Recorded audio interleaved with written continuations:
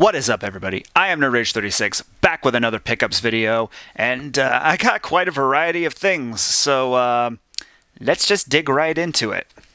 Starting off, I got this PS2 magazine, or actually, is it even PS2? Yeah, it is a PlayStation magazine, although there's actually a handful of non-PlayStation content in here. Like, actually, on the back it's showing PC games, Xbox games, and I think somewhere in here was like some Nintendo stuff. But regardless, as you can see, the big obvious thing is KH2 Sora there, and this is showing off like exclusive early material for Kingdom Hearts 2. Let me see if I can find the page. It's like, now, do I really need something like this? Probably not, but I just think it's really cool, mainly because like it's gaming history. Here it is. It's a couple of pages, but this is the start of it, basically showing off Kingdom Hearts 2 before it originally released, and got some cool like sketch art there.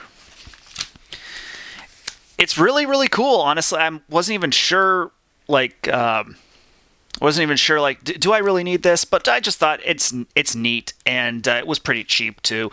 But the really cool thing is that it still had the sealed demo disc that was in it. And let's see, the demos included are Incredible Hulk, Ultimate Destruction, Psychonauts, ooh, that's pretty cool, Beatdown Fists of Vengeance, Evil Dead, Scooby-Doo Unmasked. I think I had that game when I was a kid, but I had no idea how the fuck to play it.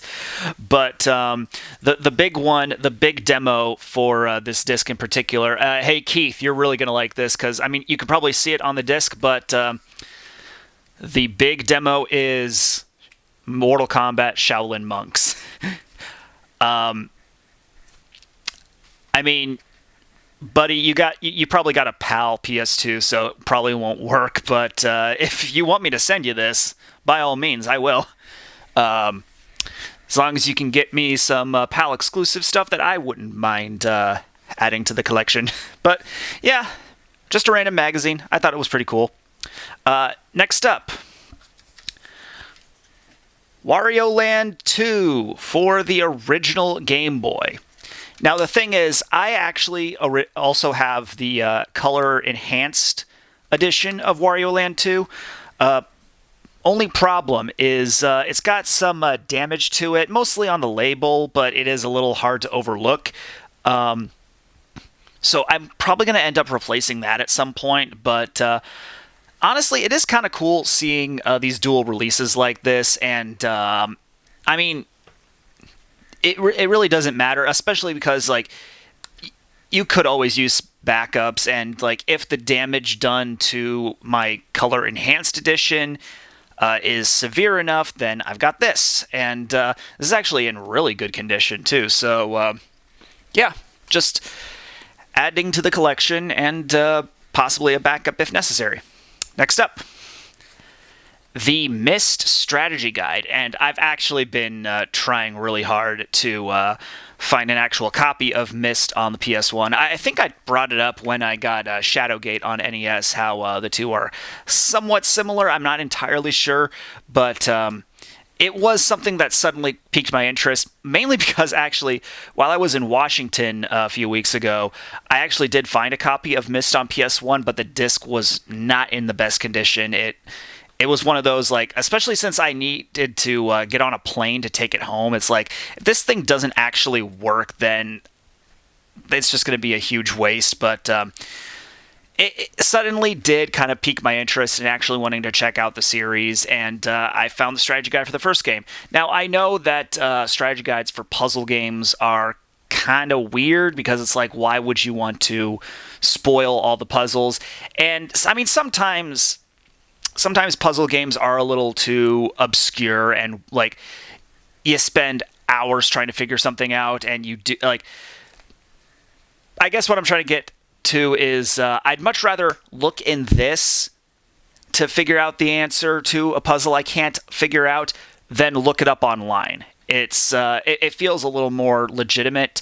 Plus, I mean, for PS1 games, like I sit on the floor, so I don't have easy access to my computer. So it'd be like if I spend way too long on a single puzzle and don't quite understand everything, then I'll look it up in here. But I am going to try my damnedest to solve the puzzles entirely on my own.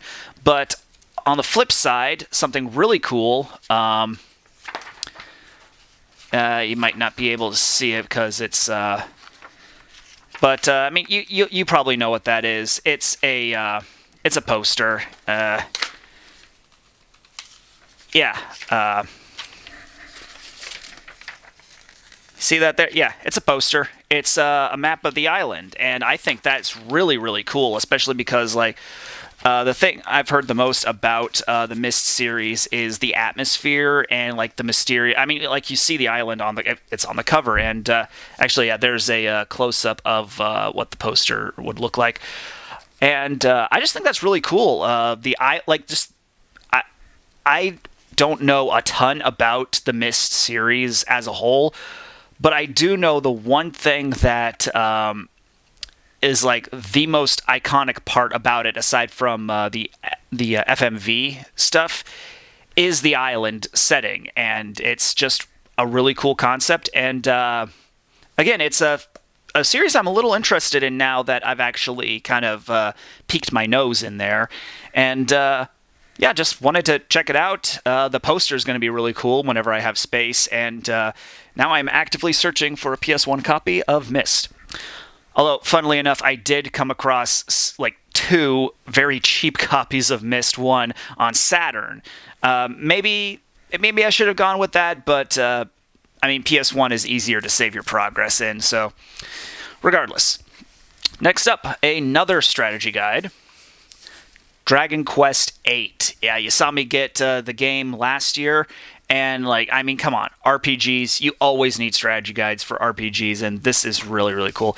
It also comes with a fold-out, although this one's a little more confusing for how, if it actually does expect me to tear out the fold-out and hang it on the wall or something, because there's 3 different versions of the same map, but then there's weird, actually there's something on the back there that sort of shows what it's like.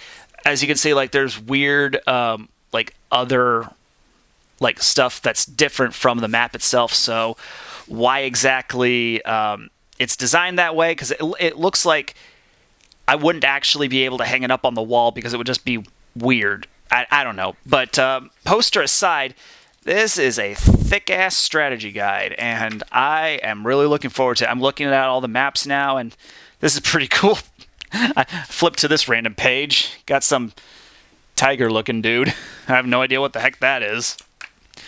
But yeah, I really have not dug into the Dragon Quest series, but I hear this is probably one of, if not the best in the series, and of course, again, always need a strategy guide for RPGs, and this is really cool to finally have. Like I said, as soon as I can get more space to have my on-the-floor gaming chair set up all the time, I'm going to be playing a lot more older games on my CRT, and PS2 games is among the list. So Dragon Quest, I'm going to get to you someday. Next up, Tales of Hearts R. Focus, damn it. Yeah, Tales of Hearts R. Much like I said with Lost Planet last time, Vita exclusives, you gotta get them where you can, and this is an actual Vita exclusive. It's not a port, it's not a multi-platform release, at least I don't think so, and I mean, come on, it's a Tales of game. I don't think there's ever been a bad Tales of game, and I know very little about this series. I do know that it is considered one of, if not one of the best RPG franchises out there, and it is consistent as consistency gets. Every game that releases is at least good, and then some of the best ones are fantastic. And again, it's a Vita exclusive. I love handhelds. like RPGs on handhelds are a match made in heaven, just because like being able to play them for so long, but then having the freedom to play them wherever or whenever you want is like absolutely necessary. And I'm really interested to check this one out. Like I said, with Tales of Eternia, it's probably not going to be my first Tales of game. I don't know if you can see it back there, but there is one Tales of game on PSP that is guaranteed to be my first one, because it was actually the first in the series that I bought, but that's a story for a different day. But yeah, Tales of Hearts R. Whittling down the very limited PS Vita library that isn't visual novels, but what the heck, at least I finally got this. And finally, not a game, but one of my favorite movie franchises, and just one of my favorite movies in general, Tremors! And it is the collector's edition, and the collector's edition really wants to let you know it stars Kevin Bacon. But yeah, Tremors. I talked about this when I talked about the game Spore in one of my Gaming Memories videos. And see, here's the thing. I had the Attack Pack. I still do. This is my childhood copy, which is the first 4 movies there. The thing is, I watched this so many times that the discs are pretty scratched beyond belief. But the problem is, like, as you can probably tell, they're double-sided discs, which means I can't get them resurfaced. So as much as this exact copy of the Tremors Attack Pack means the world to me, like, I'm never getting rid of this, even if I can never watch the actual movies included ever again. I'm still never getting rid of this. This is like one of the cornerstones in my movie collection, much like how my original PSP back there is one of the cornerstones of my video game collection. So ultimately, I realized I do need to get a replacement copy, and at the very least get a replacement copy of the very first movie, and that's what this one is. One problem, though, is it's not a double-sided disc, but it is one of those discs where the top of it has very little art on it, which means that it's also going to get scratched up pretty bad. The same thing happened with my family's original copy of The Mummy, so that's going to be upsetting when eventually it gets too scratched to work. But on the positive side, that's not going to be for a while, because the side that's actually being read is immaculate. Like the disc overall, I swear this thing was like brand new when I found it. I have no idea who sold this. I got it from a Half Price Books, but I have no idea who sold it to them.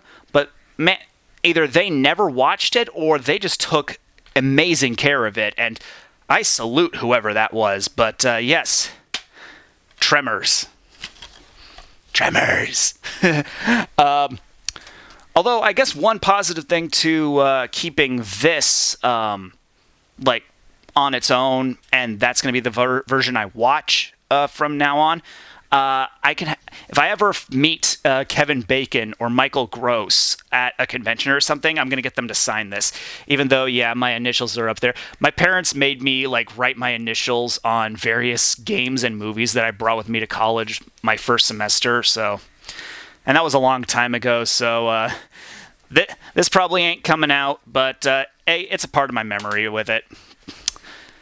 But there you go. Like I said, I got a lot of variety this time around, and it was just really cool, like finding some things I've been looking for, finding a replacement that I really needed, and some stuff I wasn't even thinking about, but then suddenly like, I'm really interested in that. So yeah, that is one of the fun things about doing these pickups videos. Like, life is like a box of chocolates. You never know what you're going to get. I'm sorry. No, not sorry. Anyway, with all that, I am NerdRage36, and I'll see you later.